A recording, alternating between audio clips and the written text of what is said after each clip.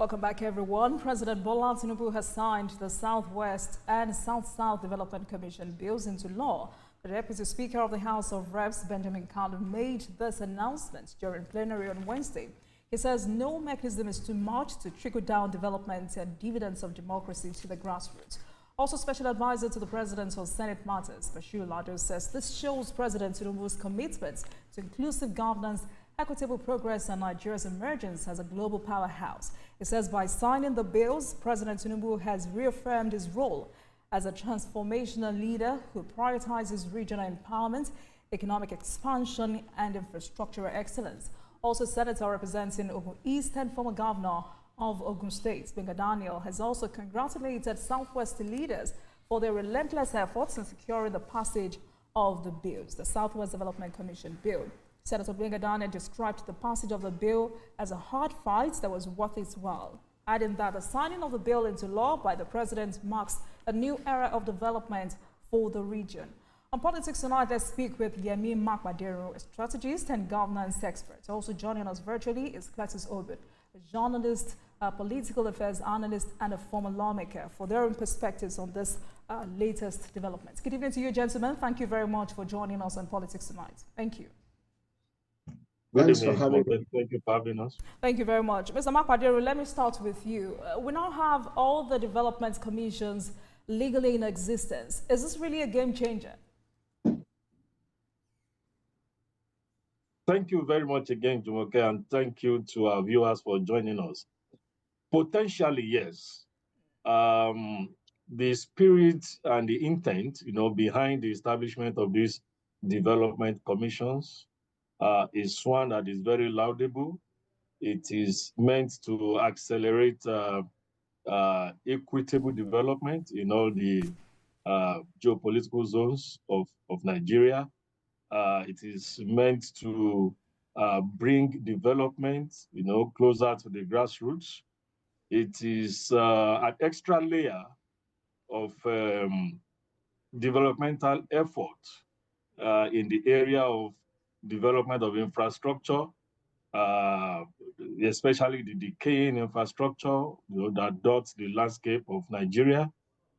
It's an opportunity to bring up, new projects, particularly projects that crosses the different states in the Southwest, in the South-South, as well as in the other 4 geopolitical zones that had their development commissions, act earlier enacted. It is also a way of engendering, healthy rivalry between and among, these various geopolitical zones in Nigeria. There is now going to be a benchmark, for, an even parameter for measuring, the developmental trajectory in all of these geopolitical zones. So potentially it's a game changer, even though there are people out there who will want to, take this for now, with a pinch of salt, if they have to go by the experience of the Niger Delta Development Commission, which, has invariably become a cesspool of corruption. At least that is the general perception out there. So I want to believe that the enactment of and the accent by the president to these bills, establishing the Southwest Development Commission and the South-South Development Commission, balances out the extra ministerial effort of the federal government to bring development to all the sub-regions in Nigeria.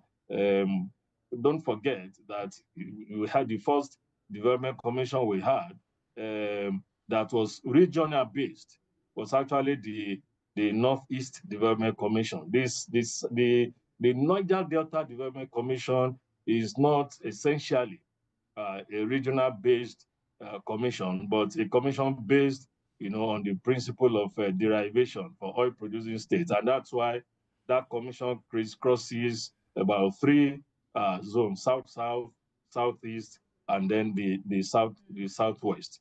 But these other new 6 development commissions, relatively new ones, I think it's potentially a game changer in terms of infrastructure renewal, in terms of rural development, and of course, urban renewal.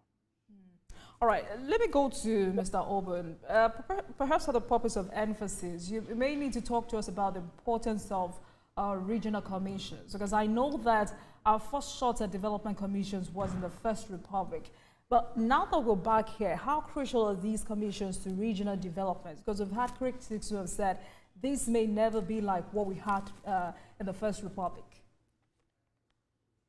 Yes, let me thank you for bringing this up for discussion, especially today of all this, being that the National Assembly has announced to us, for the president again, fearless, courageous Senator Bola Ahmed Tinubu, former governor of Lagos State and president of the Federal Republic of Nigeria, has again demonstrated rare courage in governance by taking the bull by the horn, by completing the circle of regionalization of development, in which we are now going to have both all the 6 geopolitical zones as we are created, now having commissions to compete and to get down to the grassroots and to get to every other Nigerian on a daily basis. But to locate it historically, as you put it, in the First Republic, we had regions, and those commissions at that time included every facet of our economy and human empowerment index in the entire regions of Nigeria at that time, from the 3 regions to later on the inclusion of the Midwestern region, which was created by a referendum. But essentially, for today, I can tell you that what President Tinubu has done again has shown that he is not looking at an election, but he's looking about Nigeria. And this is because the regions now with these commissions have no reason to complain. The local governments have almost been obfuscated and emasculated by the state governors. And the regional development are beyond others because all the regions are going to be represented. The composition of the development commissions encompass all regional representations and, of course, state representation for each of those areas. What that means is that there is a watchdog, there is a gatekeeper, and there is a monitoring and supervisory role that will now superintend and intervene at the same time. So there is a dual mandate.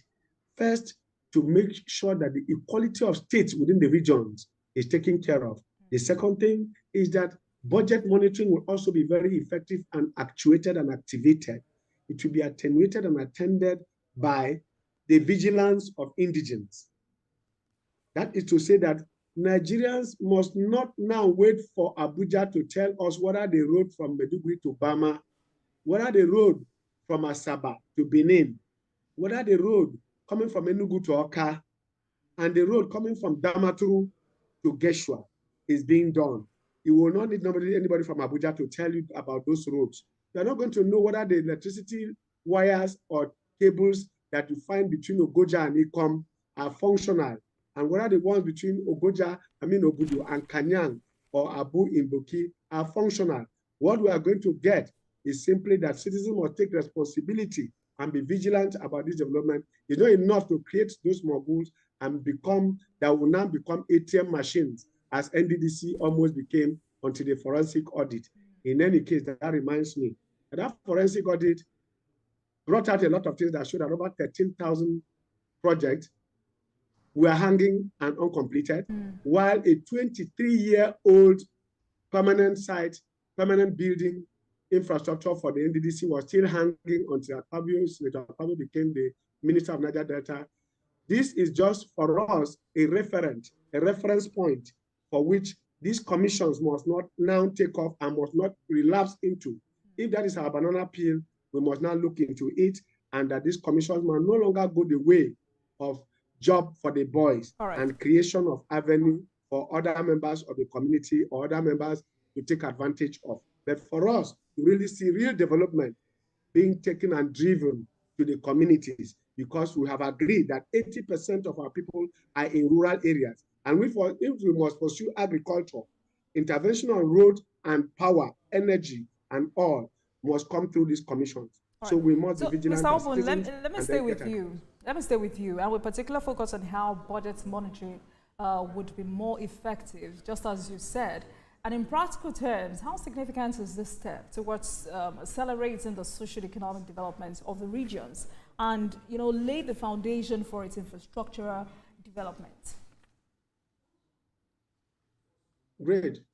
I have maintained in my previous appearances and interventions on development at the grassroots, because growing up and presently getting involved in rural development and community development, a situation in which every man is almost a local government unto himself, providing his own water security and light, we will have to agree with ourselves and tell ourselves the truth that the way to go at this point is for community. For instance, look at the security architecture. What do you call joint task force, joint civilian task force? It is the communities now coming together through vigilante and other security outfits within them. They are now cooperating with the security architecture of Nigeria through the military, through the paramilitary and other security agencies that have now made it possible for actionable intelligence to take place within the security community. So it is with development, that community associations, development association, you have the Ndigo having their own association. You have the Greater Calabar. You are having the Ogoja movement. You are having the Arewa.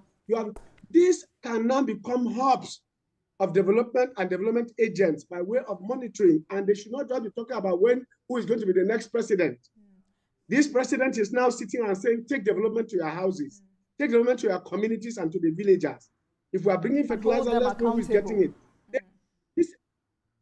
You hold them accountable. This should be agencies. Community development associations should become agents of monitoring, of holding accountable all elected and appointed officials, so that at the end of the day, we not go and start looking for who should take care of us when we already have on our hands everything to do to ensure that our communities are not only safe. Let me come in here. I've heard you, but critics have also argued that there is no basis for these duplications. I mean, their argument is that the Northeast Development Commission was necessary to rebuild infrastructure and institutions destroyed by Boko Haram in Northeast Nigeria. And there was no need for the federal government to replicate this in the Southwest and the South-South. They say this is only typical of the Nigerian political structure, which should not be. I wonder if that makes sense to you. No, it doesn't. Let me tell you this. In creating the Northeast Development Commission and creating the development commissions in the Northwest and in the North Central, and now coming to the South-South and the Southwest, what the federal government is talking about is that in creating this, they now knew the effect of this and the need for intervention, direct intervention through these agencies. You just mentioned the three regional agencies in the First Republic. See how effective they were. Most of the infrastructure, including the universities, University of Nigeria and Nsukka, University of Ibadan, Ife, Ahmadu Bello University, all these were creations of regionalism and regional agencies and intervention agencies. We are going to now replicate this because we've seen that the Northeast worked and it was very effective. As I speak to you, Abuja cannot compete with Maiduguri in nightlife or in infrastructure today. There is no secondary school I know in Maiduguri urban that does not have computers, that does not have air conditioners. I went to Maiduguri as an undercover to do a lot of jobs up to Bama, up to Goza. I did that in 2022 and 2023. I did that on my own, and I can give you these statistics. But I tell you, everybody is now thinking that it just came overnight. It is not true. All right. It is because there is now a direct intervention. So there is justification for all that. I can tell you this because it is not in our own interest for us to engage in the argument of whether it is political or not. We are not playing chemistry. We are not playing economics as well. We are also not playing to the gallery. It is about real development for the real people. I agree with you, Mr. Obo, but to some extent it's also good to evaluate some of these arguments. But Mr. Makwademre, let me come to you. Where do you stand in all of this? Do you agree with those who say these politicians from these zones may have pressured Mr. President into assenting to these bills because the establishment of these zones would bring, federal allocations to their zone, and that there is no basis for this? Well, I think there is no denying the fact that the decision to duplicate these development commissions in other geopolitical zones other than the Northeast also ticks the political correctness box. However, it is not just limited to that. The fact of the matter is the establishment of this commission, if well uh, uh, deployed, can actually accelerate, development.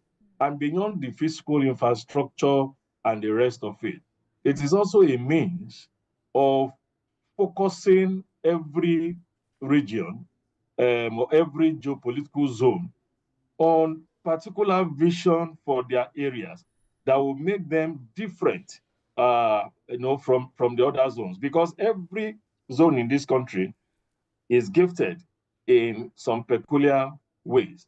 For instance, in the Southwest, for instance, we could look at the issue of education and agriculture, and also interstate road infrastructure.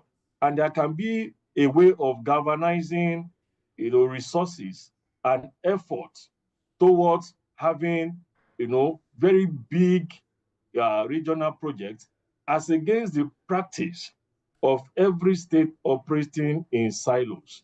Let me give you this my example of my experience. I traveled on a road that leads from Lagos to Ogun State. It's a few years ago, and that portion of the road that belongs to Lagos State was so very well paved.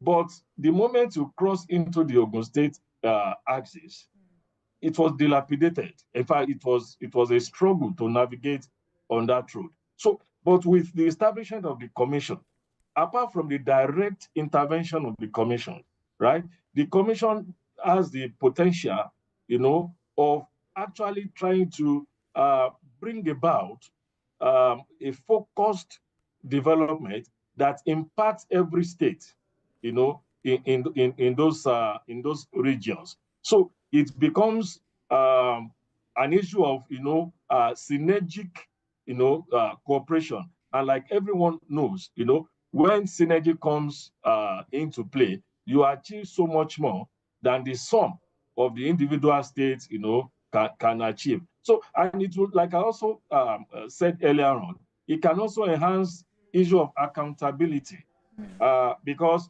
the funding of these regions will come partly from the statutory allocation that normally should go to each of those states.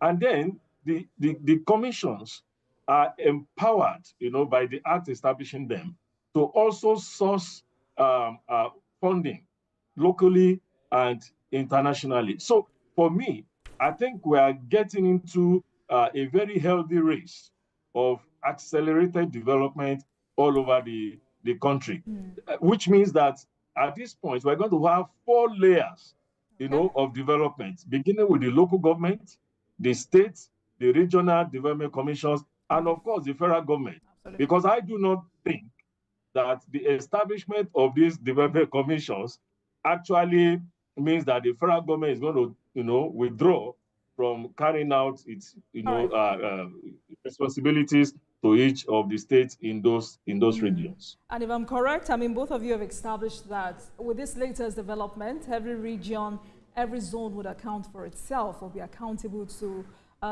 itself. I mean, to a very large extent, regional disparity, regional development disparity, especially now that every region now has a commission, would be a thing of the past. But let me also stay with you, Mr. Makwaderu. I mean, we understand that development must be holistic, but do you worry about the lack of coherence between these commissions and the states? Is there a likelihood that this becomes a challenge? Well, if you look at the example of the Northeast Development Commission, I have not really observed, any form of incoherence, between the commission and the state. It appears to me that they've been working together, in a synergic manner to achieve the results that people are testifying about.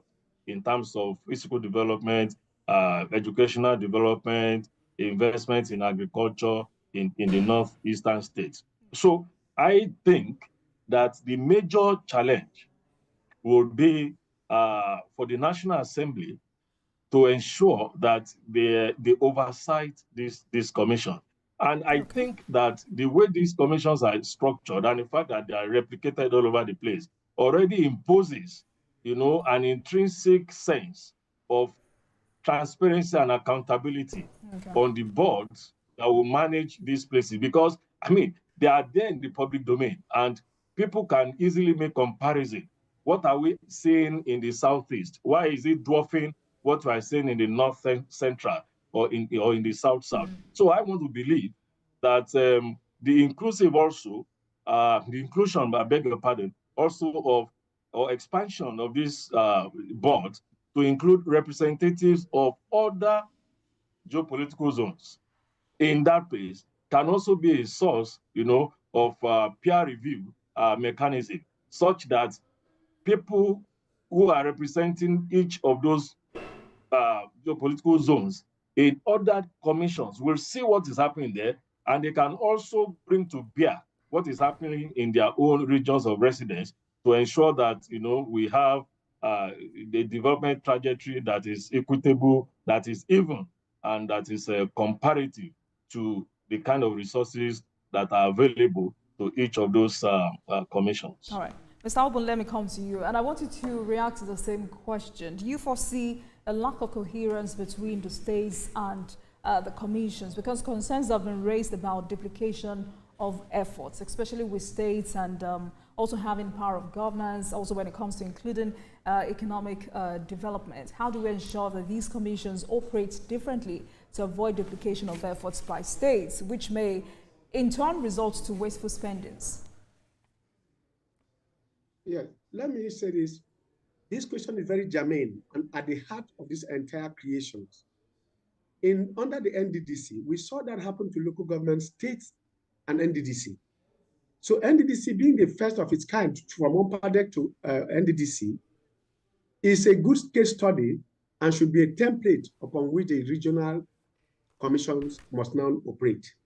And the way to go is therefore learning from that, drawing from that experience, is to ensure that the states, the local governments, the regional commissions, and the federal government have, beyond the boards that shall govern them, should have a monitoring group in which on a quarterly basis, on a yearly basis, whatever timelines that will be given, since there will be equality of allocation, but differences in needs, because the needs assessment will definitely differ between Borno and Calabar, between Ogoja, Boki, and Badagry, between Damaturu and others. You are going to get that difference. But what we are saying is there should be equality. If these people are looking for water and other ones are looking for roads and others are looking for solar lights and others, there should be the allocation being given, should be monitored by a team, by a group, by whatever name called, that shall do no other job than to do peer review on a regular basis to compare. You got 10,000 naira, 10 million naira to go and do these projects in the 6 zones. Can we see what you have done? In that way, there should be things like town halls so that communities will ask questions. You say you have done a borehole in Bumaji, in Boki local government. I didn't need Bumaji people here. What did you do there? You said you have done this in Dapchi. Did you do the solar lights there? The Dapchi people will come to a town hall, either in Maiduguri or Damaturu, in whichever place within the region, that each of those quarterly meetings will rotate them. Don't take everybody to Maiduguri or everybody to Calabar, because I suspect that the regional headquarters for the South will be, because NDDC is already in Port Harcourt, the next one should be in Calabar. This regional headquarters for the commission will be in Calabar, by my suspicion. So people should not just be brought to the headquarters in Calabar. They can also go to Benin. They should also go to Asaba occasionally, rotating them within the zone. In that way, people participation will be key to assess the real intent and execution of projects. Unlike where before, the NDDC is doing a project, in this case, the commission is doing a project, a borehole, and then the signboard there is for the local government. And the signboard on the highway is reading the state on the same borehole. So you don't know who is doing that. That's the duplication that I talk about, because there was no efficient and effective monitoring. So there should be a conscious effort, not just to set the commissions and the boards, but a monitoring and supervising body beyond even the National Assembly. So as you are duplicating the commissions, as you are bringing the commissions on and thinking that it is duplication, you should also ensure the monitoring and supervision is effective and effective, so that everybody now knows what is being done and what is not being done. I think that is where we are. It's not just enough to send out the money to set up the boards, but we should have effective monitoring to give the people the opportunity to say, this project they are talking about does not exist in my community. They should tell us which part of the local government in Boki, which part of the local government in Gambarungala, which part of the local government they have done in Geshwa or in Kirikasama in Jigawa State. Right. They should tell us that. And the issue of political interference was a major challenge with the NDDC. But we'll come back to that in a minute, Mr. Obun. Let me go back to Mr. Makwaderu. I want to ask about the Dawn Commission. I mean, there is the Dawn Commission already established in the Southwest, which many of us believe is a dedicated technocratic institution for the sustainable development of the Southwest region. Would you advocate for a collaboration between both agencies, for lack of a better word, especially in the area of insecurity? Mr. Makwaderu. Oh, certainly. I think in a way, the Southwest already has a head start in view of the works that the Dawn Commission has been doing since 2010, 2011, that it was established. And I believe that there is a template already that the Southwest Development Commission, for instance, can leverage based on the issue that Mr. Honorable Obun mentioned about needs assessment. The Dawn Commission has done a lot of work in terms of what exactly is required to develop and translate what is on ground in the Southwest into what is desired. There is already a vision and there is a set of missions that the Dawn Commission already has, that the Southwest Development Commission, can leverage. And I also want to sound one note of warning in terms of the musical chairs that happens in some of these commissions in terms of rivalry, interstate rivalry, as to who should produce the board chairman, who should produce the directors. I believe that the Act already set that, already find out that to be done. But Obun already mentioned a very significant thing, and that is the inclusion of communities in these geopolitical zones in terms of decision making as to what exactly their needs are, and then for them to be involved in ensuring that these needs are efficiently and effectively provided. So by and large, I think that learning from the lessons of the failed commissions that we had in the past, and then borrowing from the success stories of the successful ones, this regional development commissions, for me, presents an opportunity to Nigeria to actually accelerate, development and catch up. We have a lot of catching up to do. Our infrastructural deficit is huge. I understand the fear of duplication, but like I said, this should really not be an issue, because I expect. All right. All right, gentlemen, let's go on a break, and when we return, this conversation continues. Please stay with us, everyone. Breakfast takes your weekends to a whole new level. Introducing TVC Breakfast Weekend Edition, your ultimate source of thrilling sports updates, insightful political analysis, and captivating entertainment news. Stay in the know with what's trending, catch up with the latest in sports, and immerse yourself in the latest buzz from the world of music and movies. Your weekends are no longer just days off, but moments packed with knowledge, excitement, and enjoyment. TVC Breakfast Weekend Edition, only on TVC News.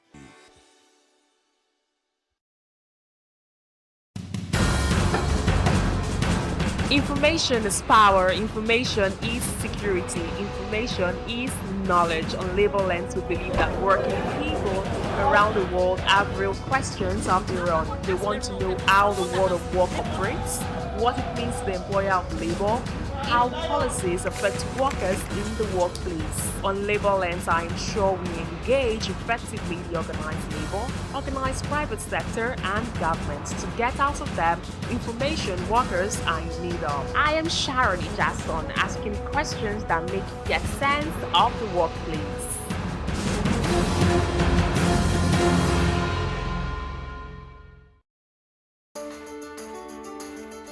There is always more to a story than the screaming headline. The part of a story that is not told casts a shadow. It's like the part of an object that is not reached by light. On TVC News, I'm able to explore the many angles there are to a story, talking to stakeholders, asking the difficult questions, and digging for facts. I believe the viewers are able to make a better decision if they're well informed and understand not just a part, but the complete story. TVC News, first with breaking news.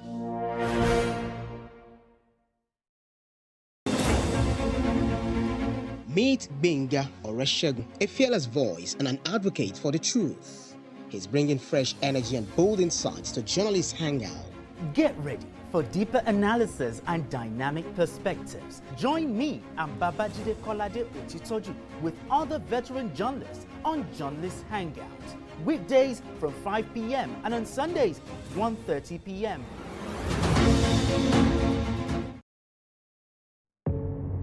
Doubt and fear doesn't occur at the canvas, it shows in the canvas. It shows the conation of raw earthen material slabbed, stroked, and molded at a pace provided by the doubt and fear. Every move weigh in the struggle of one to the other, merging the past to the present, brushstrokes of colors seen but not known. For when the wailing stops, the pieces settle down in abject beauty, erected for a century of a century. Speaking, advocating, protesting as the arts are meant to be.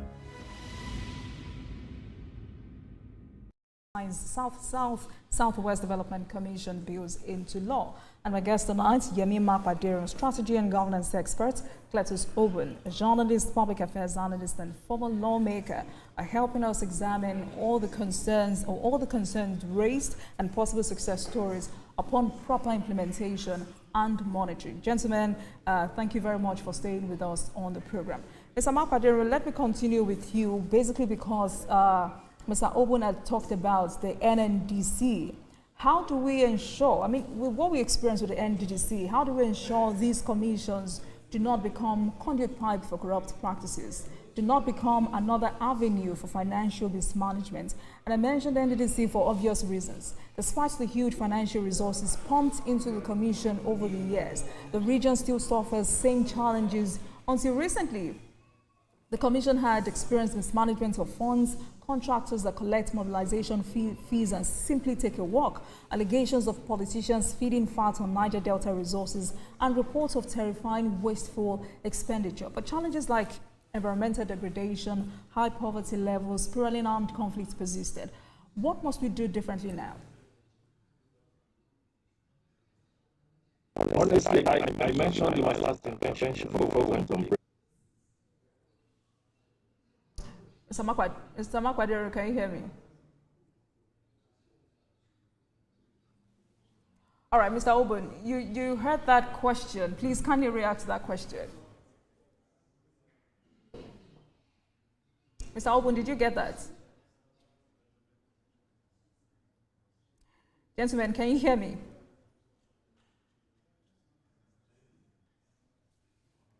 Mr. Oben, Mr.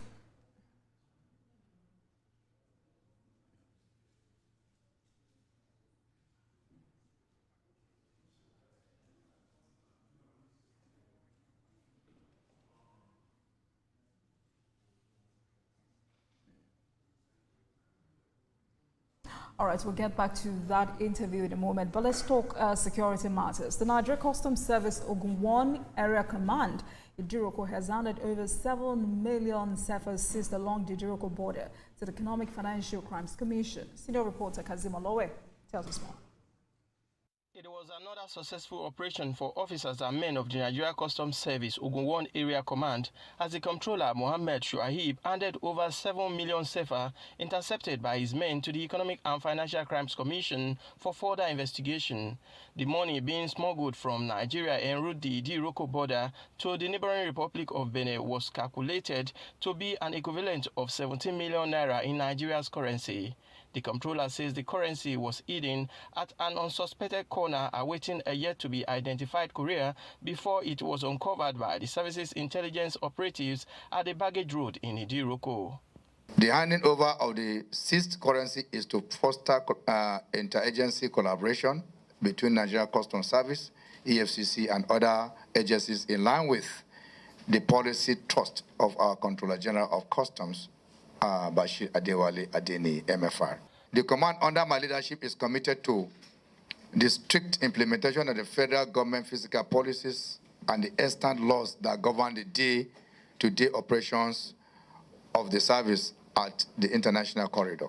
In his response while taking over the custody of the exhibit, the representative of the Economic and Financial Crimes Commission assured the comptroller that his agency will conduct a thorough forensic investigation to uncover the circumstances surrounding the interception and ensure that due process is followed. The interception of this 7 million sefa is a testament to the importance of interagency collaboration in our fight against corruption, money laundering, and illicit financial flow through our borders. He commended the management of the Nigeria Customs Service for their vigilance and commitment towards safeguarding the nation's borders. Kazim Olowe, TVC News, Idiroko. Experts have asked media organizations across the country to adopt artificial intelligence-driven tools to enhance journalistic practices, combat misinformation, and cater to diverse audiences. Senior reporter Habida Lawal reports. As traditional media outlets face mounting pressure from social media and digital platforms, they are turning to AI to streamline processes and improve efficiency. From automating routine news generation to improving fact-checking, these technologies are reshaping the newsroom operations. A $5 million fund announced by Connector Development is expected to boost AI storytelling, data gathering, and algorithms to produce reports in quick time. In keeping with our objective of empowering individuals to seek their right to a decent level of living, as part of our 5-year strategic plan, we would empower journalists in mobilizing Nigeria for this proposed ethical use of AI tool. Despite the benefits, the integration of AI in journalism raises ethical questions. Emphasis is on the importance of developing guidelines to address issues like bias and data privacy. Habida Lawal, TVC News, Abuja. In Adamawa State, the government has flagged off the distribution of $525,000 World Bank Agricultural Intervention Project to support farmers, enhance food security, and mitigate climate change. Governor Madu Fintiri believes that the initiative will reduce vulnerability and build resilience across communities. Senior reporter Owolabi Adenusi found in this report. Gathered in this hall are farmers from the 21 local government areas of Adamawa State who are here to receive support from the federal government. But first, Governor Fintiri made it clear that the intervention would establish a continuous cycle of business activities, creating an economic safety net for communities and the state. Governor reaffirms commitment to supporting World Bank projects through the Agro-Climate Resilience in Semi-Arid Landscapes Initiative. It is my profound honor to welcome you all to this land of beauty and the capital city of Adamawa State to launch the Community Revolving Fund disbursement of $525,000 to communities across Adamawa State. The Community Revolving Fund, CRF, is an innovative financial mechanism designed to empower communities to build resilience against the harsh economic realities in the country and also reduce the vulnerability of our communities that they are facing against the backdrop of the increasing adverse effects of climate change. The Minister of State for Agriculture and Food Security notes that the partnership between the federal government and Adamawa State government is aimed at boosting food security. He explains that the project covers all 774 local government areas in the country. The beneficiaries, in an interview with TVC News, expressed their gratitude to the federal government, believing that the gesture will go a long way. The AgriServe project funded by the World Bank aims to tackle these challenges by promoting regenerative agriculture and water conservation practices across 19 northern states and the FCT. Well, we're very excited about the... All right, everyone, let's now continue with our conversation. Mr. Makwaderu, can you hear me, sir? Let me come to you because Mr. Obun had said a bit about the NNDC and the kind of experience we had with our commission. So how do we ensure that these commissions do not become conduit pipe for corrupt practices? What must we do differently now? First and foremost, the culture of transparency and accountability should be ingrained, in that organization. Are you there, Mr. Makwaderu? All right, Mr. Obun, let me come to you if you can hear me properly. What must we do differently now, going by the kind of experience we had with the NDDC?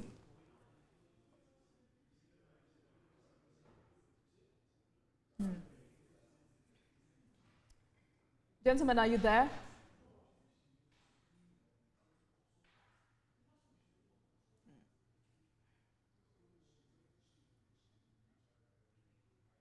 All right.